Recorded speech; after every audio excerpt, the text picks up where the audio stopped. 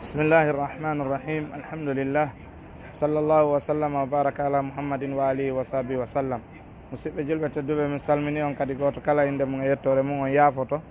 Nane mi fuɗɗino salminde jama on kono tawi réseau on kelɗali hay seeɗa kamɓe woniri ɗon. Haray ko salmingol jama on ka lawol kisal ɗo.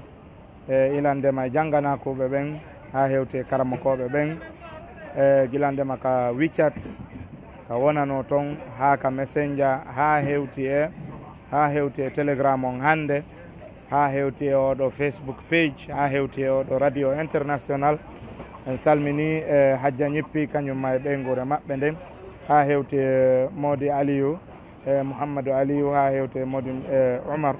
Ɗen tori allahu subhanahu wa taala yo Allah waɗ barke e mariage Modi Oumar on, waɗa barke e muɗum, moƴƴina alhaaliji ɗin hakkundeji maɓɓe, yaltina hakkundeji maɓɓe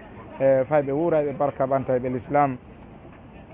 Ko noon woniri kadi haray kala jama wonɓe ka Facebook page ɗo on, ha hewti e radio on, haray jama on fof salminama. Haray ko noon woniri kadi ha hewta e Banyan Technology Service, haray ɓen kadi Cheikh Mouhamadou Julde Diallo, kamɓe kadi ɓe salminama. Jama kala kippuɓe fi ɗum ɗo ɓen, ha hewte e docteur Mouhamadou Wuri Bari, waɗanoɓe en darsuji, jabano en lande ka sakkitode lewru ndun ɗo. ɓen ɗon kañum kadi ɓe salminama, ɓe weltanama. Haray ko watti e muɗum kadi ko andingol jama on hande hajjiyankoɓe ɓen fof hino jippi Mina. Fewndo ɗo ni ko Mina men woni hande ko hande ko jeetati e Donkin, hande ko jeetati Donkin. Haray noon janngo inchallahu tabaraka wa taala, haray ko Arafa woni ko wetata, saabu ɗum wonay ñande jeenayi Donkin. Haray janngo ko Arafa wetata e bawgal jawma tabaraka wa taala. Haray hiɗen andi golle ɗen alhaali hajju on o fuɗɗike wonande yimɓe anniyinoɓe fi hajjugol ɓen hikka on tigui o yahi o lootike ha moƴƴi. siko gorko o waɗi parfum, o fembileɓe leynarki, o yetti peɗa, o ƴetti ihramji makko ɗin, ɗum ko ɗi coñci daneji ɗo ɗiɗi ɗi renoɗo law watti ɗo. on tigui yahi o wattike ɗiɗo, o juuli darɗe ɗiɗi, o notike labbayka allahumma labbayka hajjan. haray o notike ɗum ɗo, o fokkitani ñande jeetati argol e nder Mina. hande kadi o hewta ɗo, o juula fajiri on ɗo, ɗum ko subaka on, o juula ha fana darɗe ɗiɗi, o salmina, o juula alansara darɗe ɗiɗi, kañum kadi e wagutu mum on o salmina, o juula futuro e wagutu muɗum on darɗe tati timmuɗe ɗen, o juula geeƴe e darɗe ɗiɗi e wagutu muɗum on. ɗiɗo fof si o salmini, o nototo labbayka allahumma labbayk labbayka la sharika laka labbayk inna alhamda wa ni'mata laka wal mulk la sharika lak labbayka allahumma labbayk labbayka la sharika laka labbayk inna alhamda wa ni'mata laka wal mulk la sharika lak labbayka allahumma labbayk labbayka la sharika laka labbayk inna alhamda wa ni'mata laka wal mulk la sharika lak. ɗo woni Mina. on tigui o jokka ɗum ɗo, o ɗuɗɗina juulugol enelaɗo sallallahu alayhi wa sallam e waɗugol askarji makko ɗin, jantagol fi allahu subhanahu wa taala. o miijitoyo kadi sifa nde ɗo ñalande hino mari waɗoygol ɗum ko ñande dargal allahu subhanahu wa taala moɓata jama on fof o ñaawa ɓe, o yoɓa goto kala ko o golluno kon. haray hande kadi o immoɗo kadi o yaha e nder Arafa. si o hewti Arafa ɗon, o juulay ɗon subaka makko on, si tawi ko yawɗo law, on tuma o wona ɗon ha sifana on heewi e imamu on hutuba, ƴawa hutuba ha gayna, o wiyete hutubatul Arafa kon, hutubatu yawm Arafa, hutubati yawm Arafa ko hutuba ñalande Arafa. si o hutubi o gayni, on tuma noon noddine, hono Cheikh Mouhammad ibn Saleh al Uthaymin rahimahullahu taala ɓe makiri noon. on tuma noddine, si gasi on tuma noon juule fana on. haray fana on kadi o darɗe ɗiɗi, on ɗon juule o salmine. on tuma alansara on watte ɗon ka leere fana ɗon, o juule kanko kadi darɗe ɗiɗi o salmine. on tuma noon hande kadi neɗɗanke on fewtita rabbu samawati wal ard, o toro allahu subhanahu wa taala kala ko faala kon fof e kala ko huli kon e kala ɗaɓɓirnoɓe mo du'a o toranoɓe kadi o torano jama on fof haray hande kadi o jokka ɗum ɗo ha nangue ngue mutoya sa e futuro on si tawi heewi haray o juulata futuro e nder arafa o yiwa ɗon o suto musdalifa o hewtoya musdalifa ɗon wagutu gueeƴe on o juula ɗon e futuro makko on darɗe makko ɗen tati ha ɗe timma on tuma si o gayni ɗum o juula ɗon gueeƴe makko ɗen darɗe ɗen ɗiɗi ɓay o juuli futuro o juula futuro ka wagutu gueeƴe darɗe tati timmuɗe futuro kañum ɗuytetake on tuma noon o juula gueeƴe makko ɗen darɗe ɗiɗi o salmina o fowto musdalifa ɗon o waalo ɗon o ɗaano o weeta ɗon mana o wona ɗon ha subaka o immo o juula subaka makko on si tawi o gayni juulugol subaka makko on tuma o jooɗo ɗon o toro allahu subhanahu wa taala o toro ɗon kala ko faala ha nangue ngue yalta e fandu magge on ko wiyete seelen hunkun iwa si tawi nangue yalti e fandu magge on hande kadi o fokkitana yahugol e mina kaw iwno ɗon ndeya ñande kaw iwno ɗon arte mina ɗon kadi so hewtiti mina ɗon ko on ɗum woni ko waɗɗimo ko duwa wadde premier on ko yahugol fiɗoya ko wiyete jamaratul aqaba ɗum ko fiɗoygol kaaƴe ɗen jeeɗiɗi e ndu janɗu ndu fiɗetenu ndun haray so fiɗi ɗum ɗon o gayni si tawi woni o hirsali o yaha o hirsoya mana si tawi o yoɓali fi yo hirsane haray o yaha o hirsa so hirsi o fembo si tawi noon woni agence makko naɓuɓe mo ɓen ɓe ƴetti mbuuɗi ko hirsirta kon e juuɗe makko adi ɗum haray kanko o mapaki si o fiɗoyi jeeɗiɗije ɗen o artay tun ka suudu o fembo haray ko fembagol laɓɓinagol kadi ɓuuri moƴƴude idi ɗuytugol ngol ko ɗum ɗon nelaɗo sallallah alayhi wa sallam tori o torani laɓɓinɓe ɓen taw si o torani ɗuytuɓe ɓen idan on tigui o fembo si o gayni fembade haray o dagini piiji makko ɗin fop piiji makko ɗin fof kala ko tawayno himo hani wadde yani o duwama wadde ɗum ɗon haray daganike mo waɗugol si wona hunde wotere honɗum woni nden hunde wotere haray ko yidugol mo e ɓeygu makko e mbaldi ko ɗum ɗon tun woni daganakimo taho haray ko heddi kon fof immorde ko harminanano si o watti ihram makko on haray ɗum ɗon daganike mo ino jeeya e muɗum hande kadi mo wawi fembade mo wawi taƴude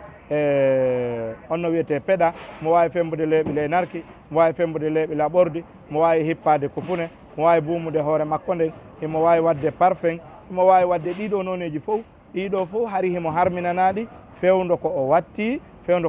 ihram makko on joni noon ɗiɗo fof o daginanama ɗi saabu yahugol makko fiɗoya ñande julde donkin bimbi jamaratul aqaba kaaƴe ɗen jeeɗiɗi haray si o fiɗay honno o fiɗirta ƴettugol hayre nden o wiya bisimillahi allahu akbar o feronde o wiya kadi bisimillahi allahu akbar o feronde on tuma kadi o wiya bisimillahi allahu akbar o ferondeɗa kadi ha kaaƴe ɗen jeeɗiɗi ɗe timma o yaltoya haray ko ɗum ɗo woni golle makko ɗen o hirsa o fembo so fembike haray o dagintini ɗum ɗo fof nden ñande julde o iwa ɗon e mina ɗon o yaha makkatal mukarrama so hewtoyi makka o yaha o wango ka suudu kaaba laabi jeeɗiɗi on tuma o yaha safa e marwa si o yahi safa e marwa hande kadi o fembota ko saabu imo fembi bimbi hande kadi si o yahi safa e marwa ko ɗon wiyete tawaf al ifada tawaful ifada on si o waɗimo haray hande kadi piiji ɗin fopp daganike mo wattude e mu'um yiidugol makko e ɓeygu makko e mbaldi hari ko ɗum ɗo heddi ko ɗum ɗo wonno ko waɗali kon so waɗali ɗum ɗo haray o dagota ko kaw yiida e ɓeygu makko e mbaldi kaw waɗi oɗo tawaful ifada o haray dagike ko oɗo wiyete attahallulu athani arano on ko on wiyete noon attahallulul awwal on ko jamaratul aqaba on ko waɗi kon kaaƴe ɗen ko ɗo wiyete jamaratul aqaba ɓaw ko waɗi ɗum ɗon kon haray o waɗi tahallulul awwal si o yehi o waɗi tawaful ifada ko wiyete tawaful ifada ko wangande ka suudu kaaba laabi jeɗɗi on ñande julde e yawgol safa e marwa kono waɗi si minni ñande julde ɓay ko nden ñande on tigi duwa wadde ɗum ɗon kono noon si tawi hawrodiri otoje no ɗuuɗi yimɓe ɓen no ɓitti jama on no ɗuuɗi wonɓe jippade makka ma ɗum o yeehi makka tawi yimɓe ɓen no ɗuuɗi ha feƴƴuti ala no o wangora ara nden ñande on o wangotako mo wawi habbade ha ñande 11 ma ñande 12 ma ñande 13 ma ñande 14 wiyete ayyamu tashriq ayyamu tashriq ko ɗe tati ñalaɗe hirseteɗe e mum ɗen 12 12 e 13 ɗen joni noon ñande julde so yeeyi o wangoyke ka suudu tawaful ifada joni wangoyke ka suudu kaba ko yo luttu makka toon o woye ko yo artu nden ñande mina ko yo artu nden ñande mina o hewtita mina saabu golle makko ɗen gasali taw weetoya ñande 11 donki haray noon on ɗon o habbo ha nange ngen liiƴo ɗum ko ha fana on juule ila ka fana on juula naɓi yeeso haray sellanimo ka o yaha o fiɗoya kaaƴe makko ɗen noogay kaaƴe makko ɗen noogay e go'o ɗum ko ñande sabu o fiɗay to sokoru ndun jeeɗiɗi o fiɗa hakkunderu ndun jeeɗɗi woni 14 o fiɗoya jandu ndun jeeɗiɗi woni noogay e go'o haray ñande 11 donki ko kaaƴe noogay e go'o woni ko o fiɗata o fuɗɗora to sokoru ndun so fiɗi bisimillahi allahu akbar bisimillahi allahu akbar bisimillahi allahu akbar o fiɗi ha ɗen jeeɗiɗi gasi ka to sokoru o sorto hakkunde jama on o yawo daro sera ɗa o toro Allah kala ko o faala on tuma o sotta kadi o yaha e hakkunderu ndun o fiɗa ɗon kay jeeɗiɗi o sorto hakkunde jama on o daro sera ɗa o toro Allah kala ko o faala o feƴƴoya ka tataɓuru jandu ndun o fiɗa ndun ɗon jeeɗiɗi ɗon o torotako o yaltoya ñande 11 donki e ñande 12 donki e ñande 13 donki ko ni woni ko hani waɗirde ko ni woni ko hani waɗirde joni noon si tawi woni goɗɗo o faalaka fiɗude ñande 13 donki ko faala ko fiɗugol tun ñande 11 e 12 o hoota haray ko honno guerdata haray si o fiɗoyi ñande 12 on 12 donki on wona yo jooɗo toon ha nangue ngen muta hara o yaltali mina so jooɗike mina ha nangue ngen muti ɗum haray ko ma o waala ɗon o juula ɗon futuro o juula ɗon gueƴe o wenna ɗon o yaha noon o habbo ha fana on juule ma ɓaawo fana ñande 13 si o yaha noon o fiɗoya si daganomo yaltugol mina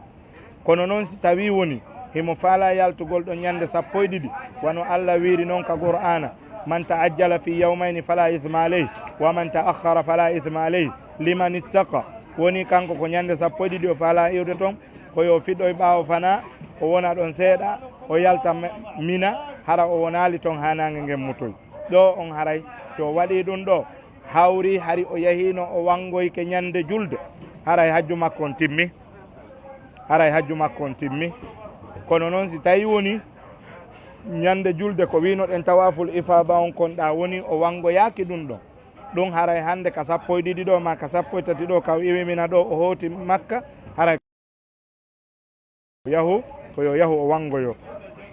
o yaha wango e wanganduyeji ɗin jeeɗiɗi ka suudu kaaba o yaha safa e marwa haray o gaynidi e programme hajju on haray hande kadi ko toɓɓere wajjere ɓurɓe heddanimo ɗulle ko honɗum ko si tawi woni o fokkiti hootugol ɓaawo nde o soodi piiji makko ɗin fof o visiti kala visite teɓe o jindi toon fof kala ko faala o waɗi fuu ha o gayni fes o faalama hootude o yaha noon o wayno suudu kaaba ndun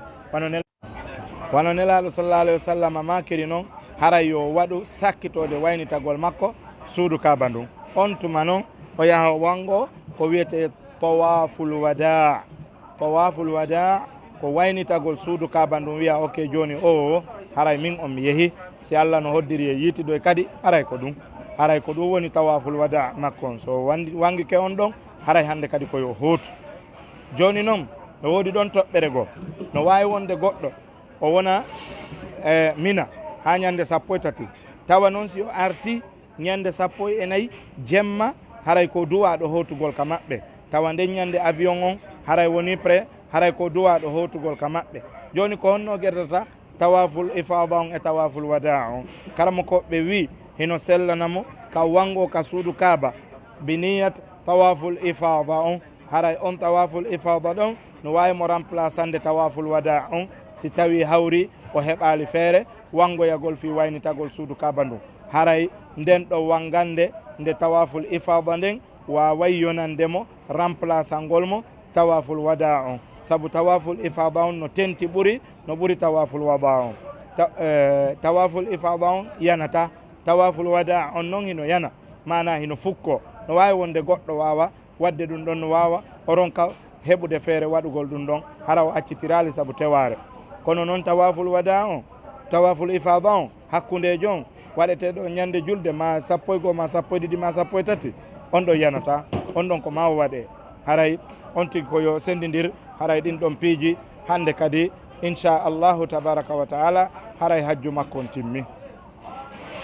joni noon ka fiɓugol anniye on ɓawoɗa ñande o looti nden o moƴƴintini ha moƴƴi o ƴetti ɗeɗo gude si tawi woni ko gorko joni so tawi ko sonnajo noon hawri kanko kadi o fiɓi anniye fi hajjugol haray ko yo wattu daneji o woyna sunna ko nelaɗo sallallah alayhi wa sallam maki sonnajo horminaniɗo umra ma hajju wotaw buumu yeeso makko ngon wotaw wakko gan wotaw buumu yeeso makko ngon wota o watto gan ihram sonnajo on kaka yeeso makko e ka juuɗe makko woni amma noon gorko on kanko o waɗay ɗeɗo gude ɗiɗi o ɓorto triko makko on ɗum ko débardére on o wattota ko kalison o wattota ko hay hunde kala ko tawata ɗum ɗo koko ño'a haray o wattota ko ɗum no kala koko yadata e ɓandu ndum tata ɗum ɗo ko ño'a ɗum feppodiri e ɓandu ndum o wattota ko ɗum ɗo o ɗeɗo gude ɗiɗi o haddoto ha moƴƴa o waɗa ceinture o soka o wano ndeɗo wanare o yaha o golla golle makko ɗen si o gayni o itta ɗiɗo conci o wallina o looto ha moƴƴa o watto conci makko wowɗi ɗin ɗi o wowi wattade ɗum ɗon hawra ñande julde donki ñande o yahoy o waɗoyi ko wiyete jamaratu al aqaba kon o waɗi ɗon tahallul al awwal on tuma noon daga ɗon mo wattagol conci makko wowɗi ɗin wano siforɗen noon naane haray musidɓe julɓe ihtisaran ko raɓɓiɗi kon e fe affaire hajju on haray golle hajju on ko ɗum ɗo haray noon wano wirɗen noon on tigi si o lootike o moƴƴintinike ha moƴƴi o notanike hajju on o wiyay labbayk allahumma labbayk labbayka la sharika laka labbayk inna alhamda wannicmata laka walmulk la sharika lak si tawi kaka umra cheikhna cheikh souleyman arrouhayli hafidahullahu taala ɓe maaki o nototo ha tumanti o yi suudu kaba ndu kala mo koɓe goo wi o nototo ha o fuɗɗo wangagol on tuma o kuppa notande nden ɗum ko o wigol labbayk allahumma labbayk labbayka la sharika laka labbayk haray neɗɗanke on o taskitoto ɗiɗo piiji allahu subhanahu wa taala jaɓan en dewe ɗen fof o yafano en fatiɓe ɓen o dikkinana en nawnuɓe ɓen o ittana en sunoji e ande e mapunde o fittana en gonɗi o moƴƴinana en alhaali ɓeygureji meɗen ɗin o ɓuuɓina en ɓerɗe ka ɓeygureji meɗen sonnaɓe ɓen ɓe jombaka ɓe yo allah subahana taala hokkuɓe dewle laaɓuɗe daguiɗe moƴƴinana ɓe alhaali maɓɓe on waɗa giggol e yurmodiral hakkude maɓɓe e modiɓe maɓɓe ɓen funtina ɓiɓɓe wuura ɓe barka ɓantaɓe l'islam hakkudeji maɓɓe kala yimɓe ɓe tawata ɓeɗo hino mari dewle kono ɓe mari soñdia heɓe mari tampere heɓe mari yangi heɓe mari gonɗi e muɗum ɓe ala e ɗanade saabu suno saabu gonɗi saabu tampere saabu soñdia koɓe woni e naɓude ka dewle maɓɓe yo allah subahana taala ɓuttinanɓe deƴinanaɓe ɓerɗe maɓɓe ɗen addita alhaaliji ɗin no ɓuuri e labirede no ɓuuri e moƴƴirde waɗanaɓe ɗum ɗo ka mandake maɓɓe moƴƴuɗi yawmal qiyama kala yimɓe jippiɓe mina ɗo ɓen fewdo saahi ɗo yo allah subahana taala jaɓan jama on fof hajjuji maɓɓe ɗin moƴƴinana ɓe alhaali on e tentinana ɓe programme ji maɓɓe ɗin fof haray ko ɗum ɗon ɓuuri en tori allahu subahanahu wa taala yo allah moƴƴin ɗum ɗon alhaaliji maɓɓe ɗin ɗi fof majji moƴƴinana ɓe hajjuji maɓɓe ɗin jaɓana ɓe dewe maɓɓe ɗen e layyaji ko ɓe itti e kala dewal ngal ɓe waɗi ɗo e askar ji e qur'ana ko ɓe janggi e istigfar ji ko ɓe waɗi e kala yimɓe marɓe ɓen feere kono ɓe heɓali no ɓe arda saabu nawnare maɗum saabu kippugol mawɓe nayeɓe yo allah subahana taala hoddiranɓe argol ɗo hunna oɗo farilla e dow maɓɓe kala ɓeɗo yimɓe jogiiɓe jawle ɓe tawata ɓeɗo allah wurtali ɓerɗe maɓɓe ɗen e mum yo allahu subahanahu wa taala wurtu ɓerɗe maɓɓe ɗen e argol totta oɗo farilla allahu subhanahu wa taala e dow maɓɓe allah kadi jaɓana ɓen tigui kala fatiɓe men ɓe yo allah subahana taala yafano ɓe o yawtana ɓe kala nawnuɓe men ɓe yo allah dikkinɓe haray meɗen salmina on fof moɗon meɗen inana jasakumullahu anna wa anil islami khayra al jazai wa baraka fikum subhanaka allahumma wa bihamdik ashhadu an la ilaha illa anta astaghfiruka wa atubu ilayk nene goto jomon on Issa Sall mo fita wareya leymiro wonɗo Arabie Saoudite Madinatul Munawwara wonɗo fewnuɗo ni e nder Mina wa sallallahu wa sallam wa baraka ala muhammadin wa alihi wa sahbihi wa sallam wassalamu aleykum wa rahmatullahi wa barakatuh.